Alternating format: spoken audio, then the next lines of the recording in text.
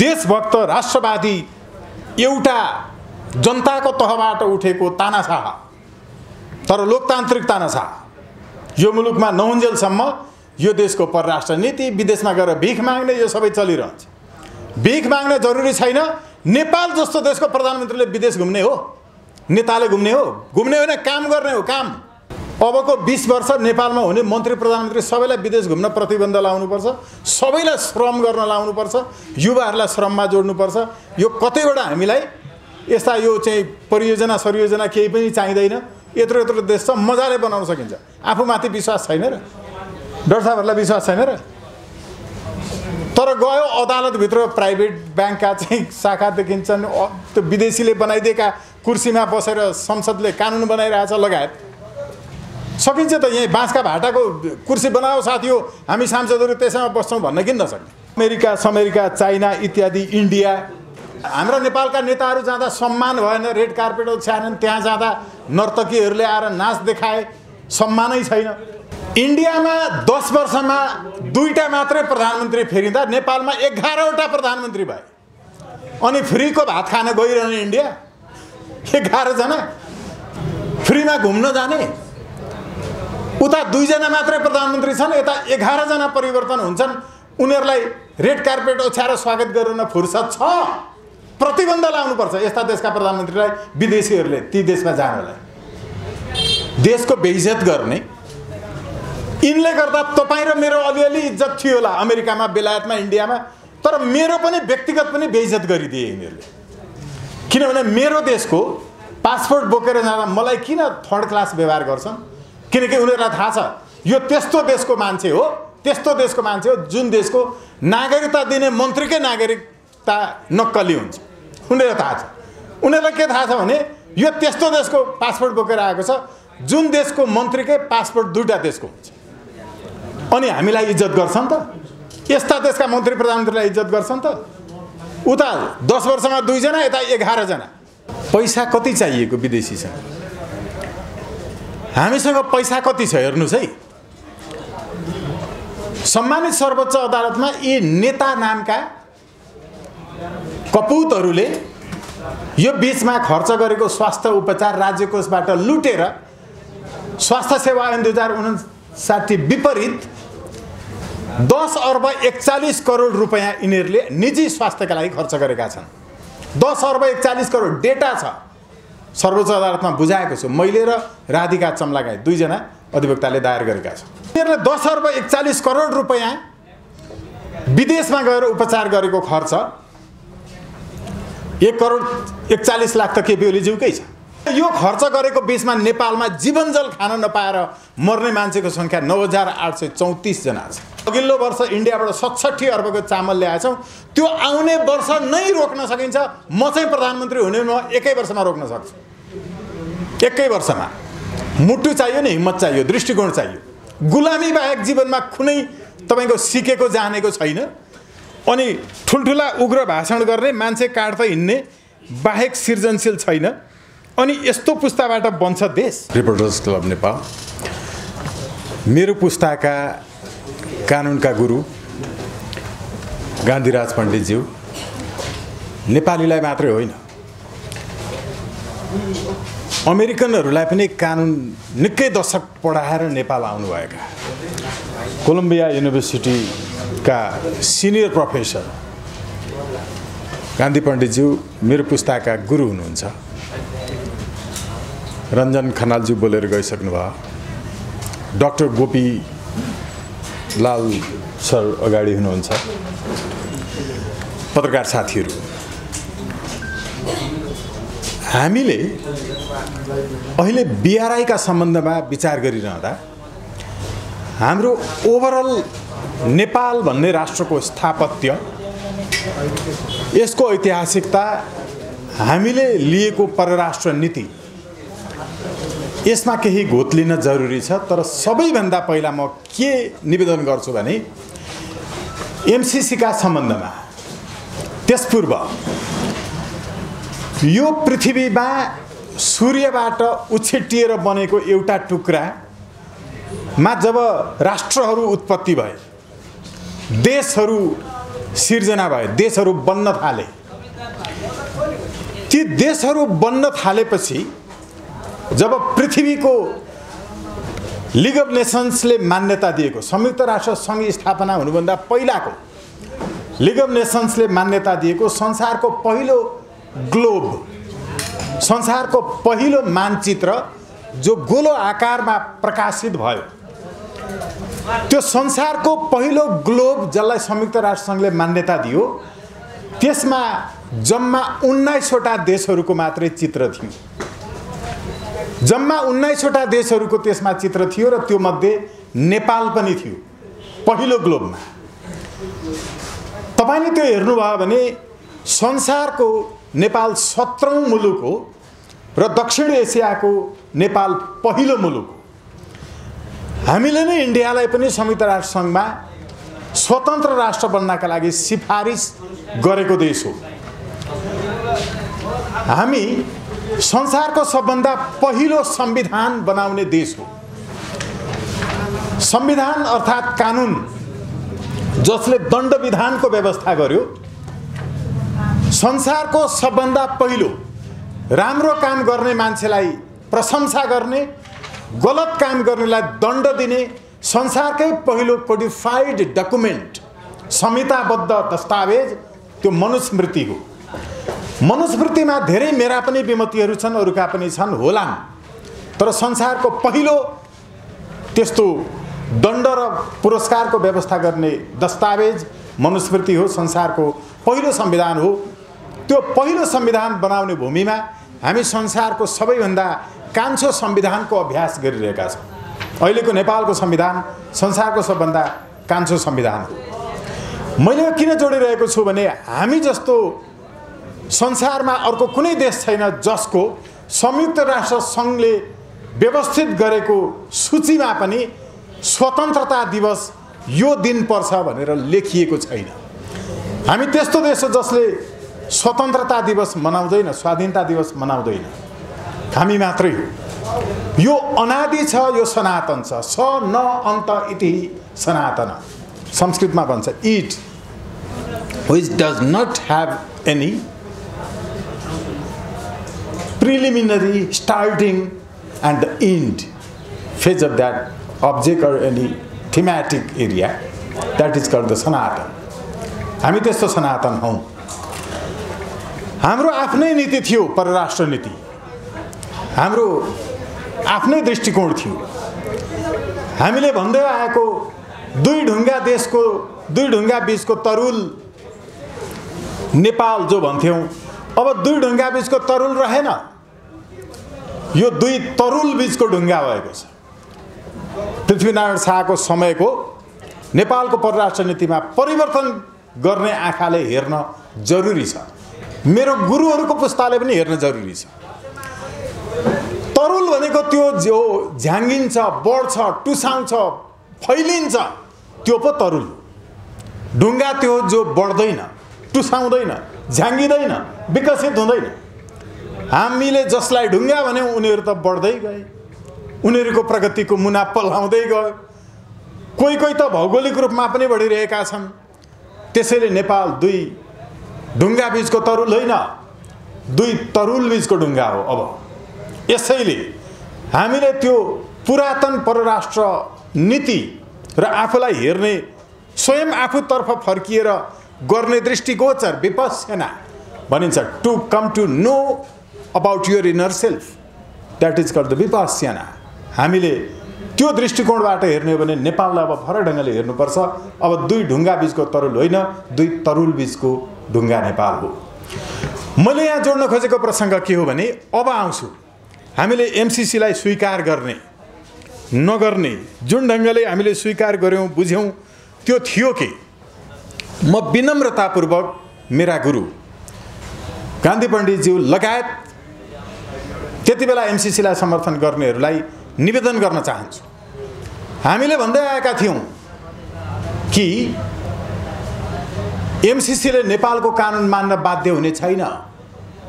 हामीले यो केका आधारमा भनेका थियौं भने 6.8 डाक्टर साहबको मेरो अंग्रेजी जुन छ त्यो अदालतले पनि अनुवाद गरेर दिएपछि मान्नुपर्छ।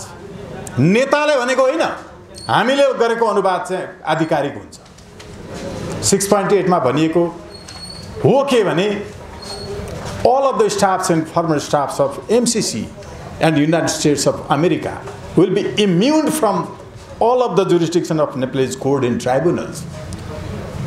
What it refers to? What does it mean? In line with legal thematic interpretation. Okay, ठीक छ। त्यसमा के भनेको छ भने arises out of this compact पनि छ। त्यो हो के भने नेपालको कुनै पनि न्यायालय वा न्यायाधिकरणको क्षेत्राधिकारबाट अमेरिकी सरकारका कर्मचारी वा पूर्व कर्मचारी वा एमसीसी का कर्मचारी वा पूर्व कर्मचारी मुक्त हुनेछन्। नेपालको कानुनमा बाध्य हुने छैन। तर त्यसमा जोडियो कि arises out of this compact. यो कम्प्याक्टको कार्यान्वयनका सम्बन्धमा मात्रै, यस सम्बन्धमा उठेका प्रश्नमा मात्रै भनिएको छ। तर यो कम्प्याक्टका सम्बन्धमा उठेको प्रश्न हो कि होइन चाहिँ कसले भन्ने? अदालतले नै भन्ने होला नि त। तर अदालतमा प्रवेशै नपाएपछि कसले भन्ने? व्याख्याता त अदालत हो। It has the inner meaning, the real meaning. संस्कृतमा पनि शब्दको शब्दार्थ, भावार्थ, लक्ष्यार्थ, गुणार्थ, यो चारवटा अर्थपछि मात्र यथार्थ हुन्छ। हामीले अदालतमा रिट प्रस्तुत गर्यौं, अदालत कन्भिन्स भयो, ओहो यो त नेपालकै न्यायाधीशलाई गोली हानेर मारिदियो भने पनि एमसीसी को सम्झौतालाई व्यवधान खडा गर्नका लागि गरिएको भएको हुनाले गोली हान्यो भनेर भन्दा नेपालको कानुनबाट मुक्त हुने रहेछन् भन्ने अर्थ लाग्ने रहेछ। अदालतले बुझ्यो। अहिले सम्मानित सर्वोच्च अदालतले अग्राधिकार दिएको छ। यो मुद्दालाई न्यायाधीशहरूले नबुझिकन गरेका होइनन्। It has been already established. अर्को कुरा सँगसँगै आउँछु। म विनम्रतापूर्वक मेरा गुरु आदरणीय समादरणीय साँच्चै म नमन गर्छु गान्धीराज मण्डेलज्यू लगायतलाई। अस्ति भर्खरै नेपालको महालेखा परीक्षकले राष्ट्रपति समक्ष प्रस्तुत गरेको नेपाल राज्यको यो महालेखा परीक्षकले प्रस्तुत गरेको जुन वार्षिक प्रतिवेदन छ, त्यो वार्षिक प्रतिवेदनको पेज नम्बर 195 देखि लिएर त्यहाँ एउटा मिलेनियम च्यालेन्ज अकाउन्ट नेपाल विकास समिति भन्ने बेग्लै उपशीर्षक छ। त्यहाँबाट क्लोज गरेर खिच्न सक्नुहुन्छ भने खिच्नु होला, नत्र वेबसाइटमा पनि छ, हेर्नु होला। त्यसको बुँदा नम्बर 204, 5, 6 देखि 9 सम्म हामी नेपालको कानुन मान्न बाध्य छैनौं। हामीले त्यतिबेलै भनेका थियौं, तपाईहरुले अंग्रेजी बुझ्नु भएन, यसैले हामी नेपालको कानुन मान्न बाध्य छैनौं भनेर एमसीसीले नेपाल स्थित अमेरिकन एजेन्टहरूलाई कति मासिक पैसा खुवाएका छन्। यो कुरो हामी तपाईलाई दिदैनौं, दिन बाध्य छैनौं भनेर खाली पठाइदिएका छौं भनेर खाली पठायो। महालेखा परीक्षकको प्रतिवेदनमा यही भनेर मैले भने 204 नम्बरदेखि हेर्नु होला, यही भनेर हामी कानुन मान्न बाध्य छैनौं भनेर दिएको जवाफ आयो। खर्च यसरी भएको देखिन्छ, हिसाब किताब हामीले पाएनौं भनेर रुँदै रुँदै महालेखा परीक्षकको प्रतिवेदन राष्ट्रपतिलाई बुझाइयो। स्वागत नेपालले यस्तो तर्क गरेको छ, त्यतिबेला उले बोलेको थियो उलाई सजिलो होस् भनेर एमसीसीले मलाई सहयोग गर्न त त्यो भनेको थिएन होला, महालेखा परीक्षकले जवाफ दिएको थिएन होला। प्रष्टै भन्नुभयो उहाँहरूले कि नेपालको कानुन मान्न बाध्य छैनौं। यहाँहरूले पनि समाचारमा हेडलाइन प्रशस्त हेर्नु होला, यसमा आँखा चिम्लन्छ। म अर्कोतर्फ जान चाहन्छु। नेपालको स्वाधीनतालाई तपाईहरु जो विद्वान भन्नेहरु हुनुहुन्थ्यो, जसले झुसिलकिरामा, जुम्रामा, भ्यागुत्तामा पीएचडी गरे, ती पीएचडीहरुले नबुझेर एमसीसी लाई नेपालको कानुन मान्न बाध्य छैन भनेको होइन भन्ने अर्थ लगाए। हामीले प्रमाणित गर्यौं, अहिले महालेखा परीक्षकले प्रमाणित गर्यो। अर्को कुरा सँगसँगै उहाँहरुको अंग्रेजीलाई खुलस्त रूपमा म चुनौती दिन चाहन्छु। म संस्कृत पनि अलिअलि पढ्छु। अहिले यति बेला म 4 कक्षामा भर्ना भएको, बुद्धले बोलेको भाषा पाली भाषा ब्राह्मी लिपिको म अहिले 4 कक्षाको विद्यार्थी। मागमा मेरो जाँच आउँदैछ। मलाई लाज लाग्दैन नजानेको कुरा जानिन भन्ने। जानेको कुरा जानेको हो भन्छु, ज्ञान बाँड्छु। मैले भनिहालेँ, अहिले म 4 कक्षाको विद्यार्थी हो, इक्जाम आउँदैछ मेरो पाली भाषामा। बुद्धका सन्देश त्यही भाषामा बुझ्न चाहन्छु। मैले अहिले भन्न खोजेको अंग्रेजीको कुरा नेपालको स्वाधीनता उहाँहरूले बेचिसक्नु भएको छ। यी विद्वानहरूले दिएको सल्लाह बमोजिम नेपालका यही अहिलेको गठबन्धन आजभन्दा 31 वर्ष अगाडि पनि थियो काङ्ग्रेस एमालेको, जसले गठबन्धनबाट महाकाली बेच्यो। त्यति बेला पनि देउबा र ओली नै थिए बेच्ने, अहिले पनि उनीहरू छन् होइन र? 31 वर्षदेखि यिनीहरूकै शासन छ। अब आउँछु MCC को Schedule 5A. And you may go through the 522. It reads, Nepal has to submit the detailed project report in consent of the government of the India. के हो यो भनेको? बुझाइदिनुस् प्राध्यापकजीहरू, डाक्टर साहबहरू। नेपालले आफ्नो विस्तृत परियोजना रिपोर्ट इन्डियन गभर्नमेन्टको कन्सेन्टमा, not only in acceptance, but that is the consent. Consent र acceptance मा के फरक छ? Acceptance भनेको तपाईले प्रस्ताव राखेर यसो हुनुपर्छ भनेर भन्न पाउनुहुन्छ, उसले सुझाव दिन सक्छ, सहमति। तर संस्कृतमा सम्मति भन्छ कन्सेन्टलाई। त्यो सम्मति भनेको के हो भने तपाईले सुझाव पनि दिन पाउनुहुन्न, प्रश्न पनि गर्न पाउनुहुन्न, उसले के चाहन्छ भन्ने बुझिदिएर उसले चाहे बमोजिमको तपाईले उसको कुरा भनिदिनुपर्छ, लेखिदिनुपर्छ, उसले डाइरेक्ट नो भन्न पाउँछ। अब 5A ले भनेको के? नेपालले इन्डियाको सरकारको सम्मतिमा आफ्नो परियोजना प्रस्तुत गर्नुपर्छ भनेको MCC ले के भन्यो भने नेपालको सरकार नेपालमा छैन, इन्डियामा छ भन्ने मान्छौँ भन्यो। त्यो भनेको नेपाल सरकारको सम्मति भनेको इन्डियन सरकारको कन्सेन्ट हो। यति बुझिँदैन, कति पढ्नु भएको छ? के हो पढाइ भनेको? पढाइ के हो बुझ्नु पर्यो, जसलाई अदालतले अहिले यो विषयमा व्याख्या हुनुपर्छ भनेर भनेको छ। म विनम्रतापूर्वक अब निवेदन गर्छु, अमेरिका, चाइना इत्यादि, इन्डिया, हाम्रा नेपालका नेताहरू जाँदा सम्मान भएन, रेड कार्पेट ओछ्याएनन्, त्यहाँ जाँदा नर्तकीहरूले आएर नाच देखाए, सम्मानै छैन यो भनिन्छ। तर हो के भने इन्डियामा 10 वर्षमा 2टा मात्रै प्रधानमन्त्री फेरिँदा नेपालमा 11वटा प्रधानमन्त्री भए।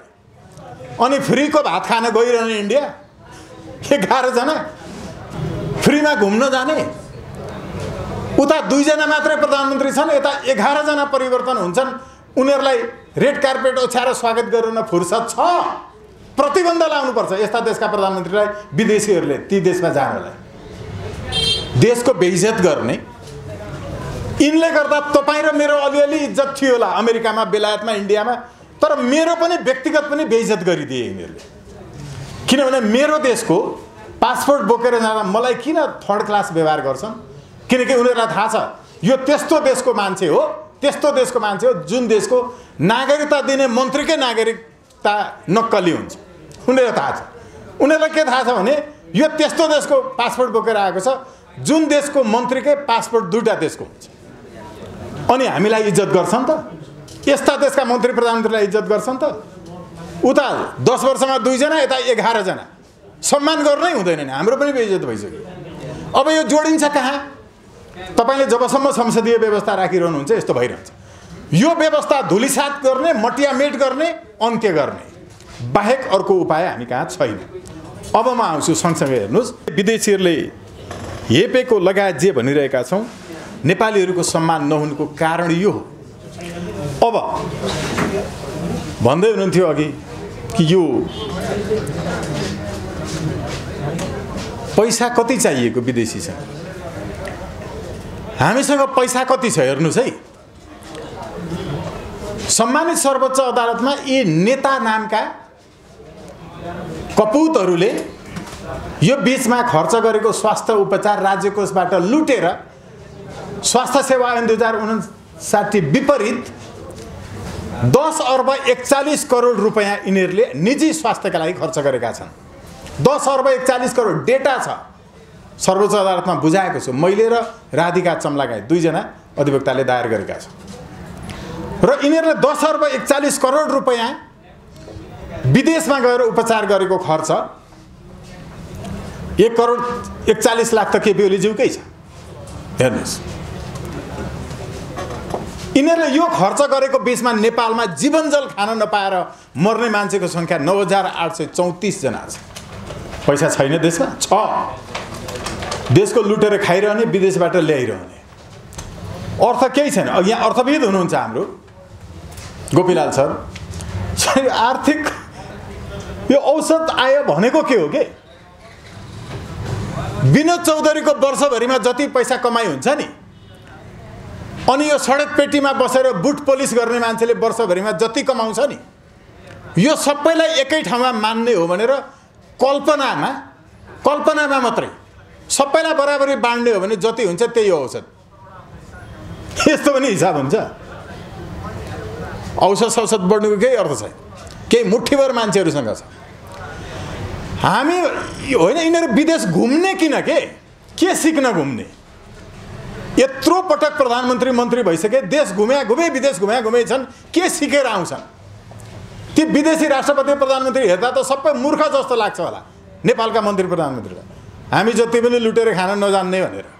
हेर्नुहोस् है, तिनका बाटो हेर्छन् होला, स्वास्थ्य सेवा हेर्छन् होला, शिक्षा हेर्छन् होला, संस्कार हेर्छन् होला नेताको। अनि यहाँ आएर के गरिरहेछन्? यिनले घुम्न जाने किन? यो विदेश भ्रमण नेपालका नेता मन्त्री प्रधानमन्त्री भएपछि पूर्ण रूपमा प्रतिबन्ध लगाउनुपर्छ। कुनै जरुरी छैन विदेश घुम्न। यो देश यहीँ बन्छ, विदेश नगई बन्छ। हामीभन्दा 7 गुणा सानो छ त इजरायल। 7 गुणा सानो। नेपाल जत्रो 7 वटा जोडो भने मात्रै इजरायल हुन्छ। त्यसले संसारको 60% देशलाई आफ्नो उत्पादन पठाइरहेछ। कसरी? एउटै सूत्र थियो उसँग, 16 देखि 26 वर्षसम्मका सबै मान्छेलाई अनिवार्य सैनिक स्वयंसेवामा लगाएर उत्पादनमा जोड्ने। नेपालका सबै युवालाई अनिवार्य सैनिक स्वयंसेवामा लगाएर देशभरिको खाली जमिनमा 2 घण्टा काम लगायो भने हामीले अघिल्लो वर्ष इन्डियाबाट 67 अर्बको चामल ल्याएछौँ। त्यो आउने वर्ष नै रोक्न सकिन्छ। म चाहिँ प्रधानमन्त्री हुने, म 1 वर्षमा रोक्न सक्छु। 1 वर्षमा। मुटु चाहियो नि, हिम्मत चाहियो, दृष्टिकोण चाहियो। गुलामी बाहेक जीवनमा कुनै तपाईको सिकेको जानेको छैन। अनि ठुल्ठुला उग्र भाषण गर्ने, मान्छे काट्दै हिँड्ने बाहेक सृजनशील छैन। अनि यस्तो पुस्ताबाट बन्छ देश के हो? आर्थिक विकास। यसो भएको हुनाले हाम्रो आफ्नै मोडालिटीको पृथ्वीनारायण शाहको अघि सन्दर्भ आएको छ। हेर्नुहोस्, पृथ्वीनारायण शाहको सन्दर्भ सञ्चार माध्यमको पनि केही फेरि भयङ्कर ठुलो नकारात्मक भूमिका छ है। म विनम्रतापूर्वक निवेदन गर्छु साथीहरू, संसारमा नेपाल मात्र एउटा यस्तो देश हो जुन देशका पत्रकारहरू हाम्रो देशलाई अर्कै देशको प्रान्त हो भने जसरी अर्को देशको स्वाधीनता दिवसको दिन फर्स्ट पेजमा यत्रो विज्ञापन छापेर पैसा उठाएर खान्छन् दूतावासबाट। नेपालको सरकारलाई कति पैसा ल्यायो भने थाहा हुँदैन। नेपालका मात्रै पत्रकार यस्तो हो संसारमा। अहिले त अनलाइनमा पनि ज्याकेट विज्ञापन देखिन्छ। र नेपालका मात्रै पत्रकार यस्ता हुन् जुन देशका पत्रकार विदेशी राजदूत मुस्ताङमा गएर एउटा स्वास्थ्य चौकी उद्घाटन गर्छ, सप्तरीमा गएर एम्बुलेन्स बाँड्छ, पछि लागेर समाचार बनाउँछ। हाम्रो देशको नेताको भन्दा उसको समाचार हेडलाइन बनाउँछ। अनि उसले सोध्दैन कि मेरो देशको परराष्ट्र मन्त्रालयको नियमित रूपमा तपाईँ चाहिँ अनुमति लिएर यहाँ मुस्ताङमा आउनुभयो कि नलिई आउनुभयो भने सोध्दैन।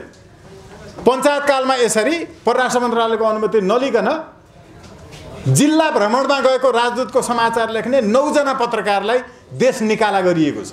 त्यो हो राष्ट्रवाद भनेको। तपाईहरुले सोध्नुपर्छ कि पर्दैन कि नेपालको परराष्ट्र मन्त्रालयको अनुमति लिएर यहाँ सप्तरीमा मुस्ताङमा आउनुभयो कि नलिकन आएको रहेछ भने त्यो चाहिँ समाचार बनाउने हो, उद्घाटन गरेको होइन। यस्तो संसारको कुनै देशमा चल्दैन। म हाम्रो आदरणीय नेपालको चाहिँ कूटनीतिका मूर्धन्य व्यक्तित्व डाक्टर भेगराज थापाज्यूसँग बसेको छु। आँसु नै झार्नुभयो उहाँले होटल हिमालयमा। उहाँले यो अहिलेको भिडियो हेर्नु देख्नुभयो भने सम्झिनुहुन्छ होला। जति बेला म देशैभरिका लागि media initiative for rights equity and social transformation को थ्रु पिस किपिङ र कन्स्टिट्युसन मेकिङ प्रोसेसका लागि चाहिँ जनताबाट सुझाव लिएर संविधान सभालाई बुझाउँदै थिएँ। होटल हिमालयमा मसँग बस्दा आँसु नै झार्नु भएको। नेपालका पत्रकार देख्दा नेपालमा आएर तपाईँको राजदूत हामीलाई थाहा छैन कहाँ एक्लै घुमिरहेछ। संसदभित्र विदेशी एजेन्टहरू राखियो सांसद बनाएर। संसारको कुनै देशमा यस्तो हुँदैन। थाहा छ राजेन्द्र खेतानज्यू, थाहा छ ज्योति ग्रुपका मान्छेहरू अर्को देशको नेपालका लागि अनररी राजदूत थिए तर उनीहरू सांसद थिए। भनेको त्यो देशको नेपालको अफिसियल जासुस हो नि उहाँ, होइन र? अनि नेपालमा सांसद भएर बसे, एकजनाले बोले, हामीले विज्ञप्ति जारी गर्यौँ, बोल्यौँ, नेपालका पत्रिकाका खुट्टा लगलग कामे, कसैले चाप्न सकेन। हेर्नुहोस्, यसो भएको हुनाले सञ्चार माध्यमको पनि भूमिका कहाँ छ, के छ, हामीले खोज्नुपर्ने कुरा के छ? बडा दुःख लाग्छ बेला देशभक्त राष्ट्रवादी एउटा जनताको तहबाट उठेको तानाशाह, तर लोकतान्त्रिक तानाशाह यो मुलुकमा नहुन्जेलसम्म यो देशको परराष्ट्र नीति, विदेशमा गएर भिख माग्ने, यो सबै चलिरहन्छ। भिख माग्ने जरुरी छैन। नेपाल जस्तो देशको प्रधानमन्त्रीले विदेश घुम्ने हो, नेताले घुम्ने हो? घुम्ने होइन, काम गर्ने हो। काम खेतमा गएर काम गर्ने हो। अब हेर्नु न, मन्त्री बन्नलाई नेपाल जस्तो देशमा कृषि मन्त्री बन्न पो प्रतिस्पर्धा हुनुपर्ने होइन र? शिक्षाको मन्त्री हुन पो प्रतिस्पर्धा हुनुपर्ने, तर लट्ठेतको मन्त्री हुने प्रतिस्पर्धा हुन्छ। लट्ठेतको मन्त्री हुन पाउँदैन भने बन्दैन भन्छ। किसानलाई हुनुपर्ने मन्त्रीमण्डल परिवर्तन हुँदा ओहो यो पटक मलाई नयाँ मल बिउ इत्यादि दिने, मेरो अनाज राम्रो, फसल राम्रो हुने नीति ल्याउने कुन चाहिँ विज्ञ मन्त्री हुन्छ होला भनेर पर्खेर बसुन् न। मन्त्री वरियता क्रम हेर्नुहोस्, एक नम्बरमा वरियता क्रममा त त्यो यस्तो गृहश्री इत्यादि होइन नि, कृषि मन्त्री पो वरियता क्रममा एक नम्बरमा हुनुपर्ने त। हामीले देशको उन्नतिका लागि नि केही समय व्यक्तिको वैयक्तिक स्वतन्त्रतालाई अपहरण गरेर पनि, त्यसलाई नियन्त्रित गरेर पनि राष्ट्रोत्थानका लागि, आर्थिक उन्नतिका लागि चरम निर्मम रूपमा अगाडि बढ्नै पर्छ। त्यो विदेश भ्रमण सम्बन्धी सब रोक्नुपर्छ।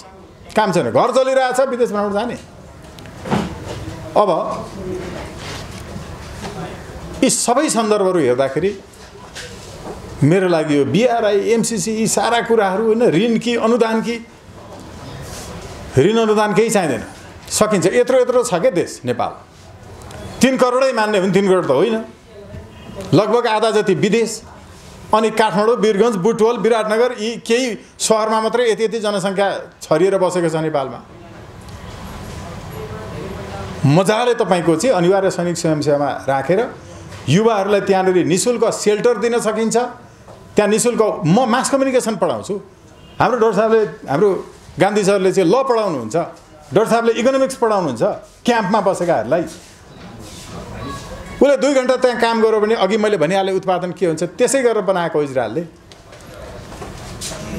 हेर्नु त, नागरिकता अध्यादेश नेपालमा जन्मिने बित्तिकै प्रमाणित भयो भने नागरिकता दिने सिधा छ। सिमाना खुला छ। अनि सस्तो सरल सुत्केरी गराउन यो नम्बरमा सम्पर्क गर्नु भनेर सीमावर्ती क्षेत्रका बिजुलीका पोलमा इन्डियाको फोन नम्बर राखेर विज्ञापन टाँसेको छ। नेपालमा अहिले फेरि नेपाल त हबै भइसकेको छ स्वास्थ्यको लागि, कतिपय पूर्वाञ्चल त यता आएर हस्पिटलमा जन्मेको प्रमाण दिइहाल्छ, अनि जन्मेको प्रमाण भएपछि नागरिकता पाइहाल्छ। त्यही लागेको छ कानुन। यही भएको होइन फिजीमा 15 वर्षपछि देश रहँदैन। महेन्द्रले गरेको एउटा कुरा ठिक थियो, neither India nor China but Russia. उहाँले बुझ्नु भएको थियो रसाको बिजनेस इन्डियासँग पनि राम्रो, चाइनासँग पनि राम्रै। इन्डिया पनि होइन, चाइना पनि होइन, रसासँगको मात्रै तपाईँको चाहिँ दौत्य सम्बन्धबाट कति काम भएको थियो। अहिले पनि तपाईँ हेर्नुहोस् त रसाले बनाइदिएको संरचना। हामीले साँच्चै बडा गम्भीरतापूर्वक परराष्ट्रका बारेमा, परराष्ट्र अघि एउटा चाहिँ भन्नुभएको छ है हाम्रो आदरणीय डाक्टर गान्धीराज पण्डितज्यूले, कि नेपाल बाहिर गइसकेपछि चाहिँ त्यो जुनसुकै दलको मान्छे जाओस्, त्यो मेरो नेता हो, मेरो देशलाई प्रतिनिधित्व गर्दैछ, उसले राम्रै गरेर आओस् भन्ने नै सोच्नुपर्छ, विरोध गर्ने होइन। ऊ अस्ति राष्ट्रपतिका साथीहरू चाइना जानुभयो, साराले के भन्दै हुन्थ्यो फर्केर आउनु। मैले के भने कि उहाँ मेरो देशको प्रतिनिधित्व गरेर जानुभएको छ। यहाँभित्र जे छ त्यो छँदैछ, कुरा गरौँ। कैलाश सिरोयाको सम्बन्धमा चाहिँ रवि लामिछानेज्यूले लिएको एक्सनको सवालमा अमेरिकाले विज्ञप्ति जारी गरेर यसो गर्न मिल्दैन भनेर भन्यो। मैले भने मेरो देशको गृहमन्त्री हो, जे जस्तो काम गरेको होस्, अमेरिकाबाट विज्ञप्ति जारी गरेर हस्तक्षेप गर्न मिल्दैन। म रवि लामिछानेको पक्षमा छु, मैले बोलेँ, किनकि म देशभक्त हुँ। के मेरो देशको सवालमा मेरो देशको गृहमन्त्रीले बोलेको विषयमा अमेरिकाबाट विज्ञप्ति जारी गरिएकोमा मैले अमेरिकनहरूको विरोध गरेँ, तर राष्ट्रपाकै मान्छेहरू भोलि भिजा नदेला कि भनेर डरले लुकलुक भएर एक शब्द पनि बोलेन। हेर्नुहोस्, देशलाई माया गर्ने मान्छेको अगाडि कुनै पार्टी सार्टी केही पनि हुँदैन। म राम्रोलाई राम्रो भन्ने हो, नराम्रो नराम्रो भन्ने। यसैले गर्दा कम्तीमा बाहिर गइसकेपछि ऊ हाम्रै प्रतिनिधित्व गरिरहेको हुन्छ र म विनम्रतापूर्वक निवेदन गर्छु कि यो सम्बन्धमा जनसङ्ख्या व्यवस्थापन र भूमि व्यवस्थापनको कुरा, अहिले तपाईँ अस्ट्रेलिया हेर्नुहोस् न, नेपालभन्दा 52.23 गुणाले ठुलो छ अस्ट्रेलिया। 52.23 गुणा। जनसङ्ख्या हाम्रोभन्दा थोरै छ, 2.5 करोड। उसले के ला, मेरो देशमा आऊ, पढ, बस, ज्ञान हासिल गरेर जाऊ, बस्न चाहिँ अब नदिने नीति ल्याउँछु भने यही हो। अहिले तपाईँ worldometer.com एकचोटि हेर्नुहोस् न साथीहरू मोबाइलमा, यो संसारमा हरेक दिन 2 लाख हाराहारीको सङ्ख्यामा आफ्नो औसत आयु बाँच्ने गरी मान्छे थपिँदैछन्। 5 दिनभित्र बाल मृत्यु दर घटाएर है, हरेक दिन 2000 होइन, 20,000 होइन, 2 लाख भनेको 200,000 मान्छे यो पृथ्वीमा थपिँदैछन्। यसले के देखाइरहेछ भने अहिले वर्ल्डको तपाईँको बेस्ट सेलिङमा परेको पुस्तक 21 लेसन्स फर 21st सेन्चुरी तपाईँले हेर्नु भने युval नोआ हरारीले राम्रो डेटा राखिदिनु भएको छ। त्यसमा नेपालको झन्डाको बारेमा पनि चर्चा गर्नु भएको छ। अब 5औं जेनेरेसन पछि the size of the population will be larger than the size of the earth. अब 5 जेनेरेसन पछि यो पृथ्वीको आयतनभन्दा जनसङ्ख्याको आयतन ठुलो हुँदैछ। माल्थसको सिद्धान्तले धान्नेवाला छैन भन्नुभयो।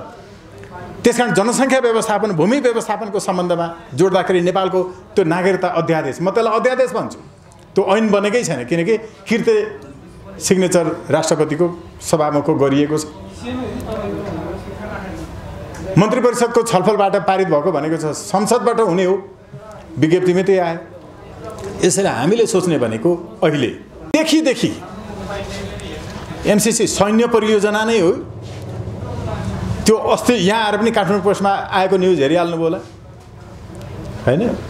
तपाईँको पश्चिमेली अरू मुलुकहरूमा गएर पनि उहाँहरूले बताउनु भएको छ, यसमा कुनै शङ्कै छैन। तर जे जसोको होस्, आएर गोली नै हानेन नि त, मारेन भन्ने होइन। अघि मैले भनेको 5A ले त के भन्यो, इन्डियन गभर्मेन्टको कन्सेन्टमा। इन्डियन गभर्मेन्ट भनेको नेपाल गभर्मेन्ट हो भनेर लेख्यो त। यस्ता कुराहरू चाहिँ ध्यान दिनुपर्छ कि जस्तो लाग्छ। हामी यो मरेर जाने चोलामा अलिकति पैसा सैसा इत्यादि, राम्रो गाडी घर, यसका लागि लोभ नगरौँ। केही हुँदैन अरूको चाहिँ खुट्टा धोएर, आफूमा विश्वास गरौँ। अबको 20 वर्ष नेपालमा हुने मन्त्री प्रधानमन्त्री सबैलाई विदेश घुम्न प्रतिबन्ध लाउनुपर्छ, सबैलाई श्रम गर्न लाउनुपर्छ, युवाहरूलाई श्रममा जोड्नुपर्छ। यो कतैबाट हामीलाई यस्ता यो चाहिँ परियोजना सरियोजना केही पनि चाहिँदैन। यत्रो देश छ, मजाले बनाउन सकिन्छ। आफूमाथि विश्वास छैन र? डाक्टर साहबहरूलाई विश्वास छैन र? तर गयो अदालतभित्र, प्राइभेट ब्याङ्कका चाहिँ शाखा देखिन्छन्, त्यो विदेशीले बनाइदिएका कुर्सीमा बसेर संसदले कानुन बनाइरहेछ लगायत। सकिन्छ त, यहीँ बाँसका भाटाको कुर्सी बनाओ साथी हो, हामी सांसदहरू त्यसैमा बस्छौँ भन्न किन नसक्ने? सकिन्छ होला नि त। यो देशमा साँच्चैको राष्ट्रनायक चाहिएको छ कि, कारण त्यति मात्रै हो। मैले मेरो कुरासँग केही प्रश्न छन् भने छोटकरीमा भन्छु। जस्तो गान्धीजी पनि यही हुनुहुन्छ, तपाईँ दुवैजना अधिवक्ता हुनुहुन्छ, तपाईँले उहाँलाई गुरु पनि मान्नुभएको छ। उहाँले एमसीसीका केही बुदाको फाइल देखाउँदै म प्रुफ गर्छु भनेर दावा दिनुभयो। तपाईँले त्यसको खण्डन गर्दै केही बुदाहरूलाई यो एमसीसी राष्ट्रघाती छ जस्ता सङ्केतका कुराहरू गर्नुभयो। अब जनताले कसरी लिने? तपाईँले गुरु मान्नु भएको छ उहाँलाई, गुरुको बुद्धि बिग्रिया रहेछ कि छोराको बुद्धि बिग्रिया, चेलाको बुद्धि बिग्रिया रहेछ, कसरी लिने जनता? यसो हो, मेरो आदरणीय गुरु गान्धीराज पण्डितज्यूले त्यसो भन्नुभएको होइन, मैले उहाँको खण्डन पनि गरेको होइन। उहाँले मैले जे बुँदा भने, okay, I am coming to the point. यसो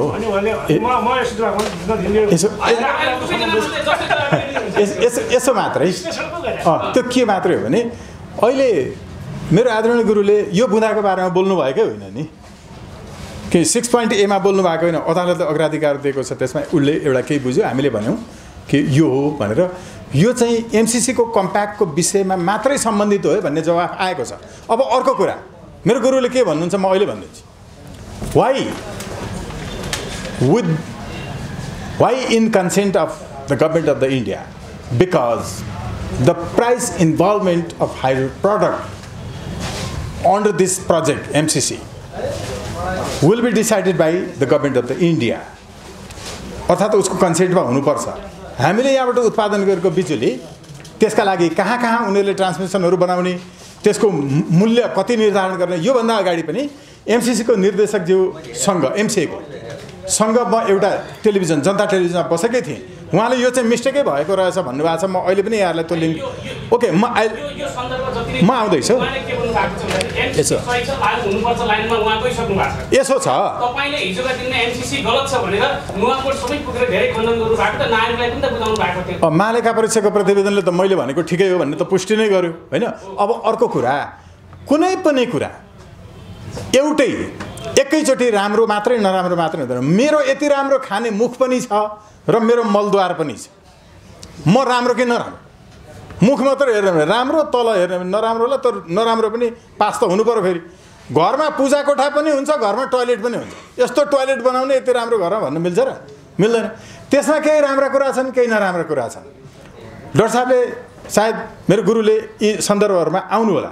तर हो के भने अघिको विषय जुन थियो त्यो हाइड्रो प्रोडक्टको प्राइस इत्यादि लगायतका विषयमा उसको कन्सेन्ट चाहिने भनेको जुन छ नि त्यो इक्वल फुटिङमा छैन। It would be better to mention in line with in this types of language that it will be decided in mutual understanding in accordance with the common understanding केही भन्न सकिन्थ्यो त्यो कम्प्याक्टमा। तर खालि के भनियो भने इन्डियन गभर्मेन्टको कन्सेन्टमा भन्ने कुरा चाहिँ एकतर्फी भाषा हो। त्यो त दुई देशको द्विपक्षीय सहमतिमा समझदारीमा भन्न सकिन्थ्यो नि त। त्यहाँ हामीलाई हेपी हो भन्ने हो। हेर्नुहोस् है, यो कारण त्यो इक्वल फुटिङमा छैन भन्ने हो।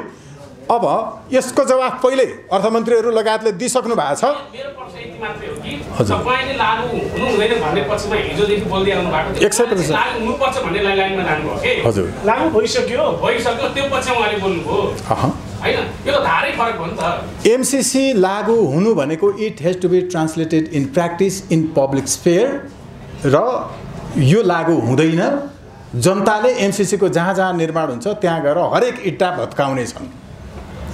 दिन आउँदैछ भत्काउने छन्। यो लागु हुँदैन, लागु भएको छैन। महालेखा परीक्षकको प्रतिवेदनले देखाइसके कि उनीहरू नेपालको कानुन मान्न बाध्य छैनन् र यसको पूर्वाधार भत्किनेछ। एउटा यसो भन्दा अब अहिले मात्रै होइन, मैले त चुनावको एजेन्डा पनि बनाएको थिएँ यसमा। अनि यसो भएको हुनाले ओके, यो भएको हुनाले हामीले प्रेसरमा कुनै पनि कुरा नेपालको हितलाई सबैभन्दा केन्द्रमा राख्नुपर्छ। हितलाई केन्द्रमा राखेर निर्णय लिनुपर्छ। अघि डाक्टर साहबले भन्नुभएको एउटा कुरा एकदम सही हो। परियोजना छैन, के देखाउने भन्ने छैन, लगानी कहाँ गर्ने हो भन्ने छैन। अन्धाधुन्धमा चाहिँ कुनै पनि कुरा हो यदि होमवर्क नगरिकन लोनको त तपाईँको हामीले ब्याङ्कबाट लोन लिने भने के गर्नुपर्छ? प्रोजेक्सन दिनुपर्छ। यति समयमा म ब्रेक इभेनमा पुग्छु, यतिमा म तिर्छु लगायत।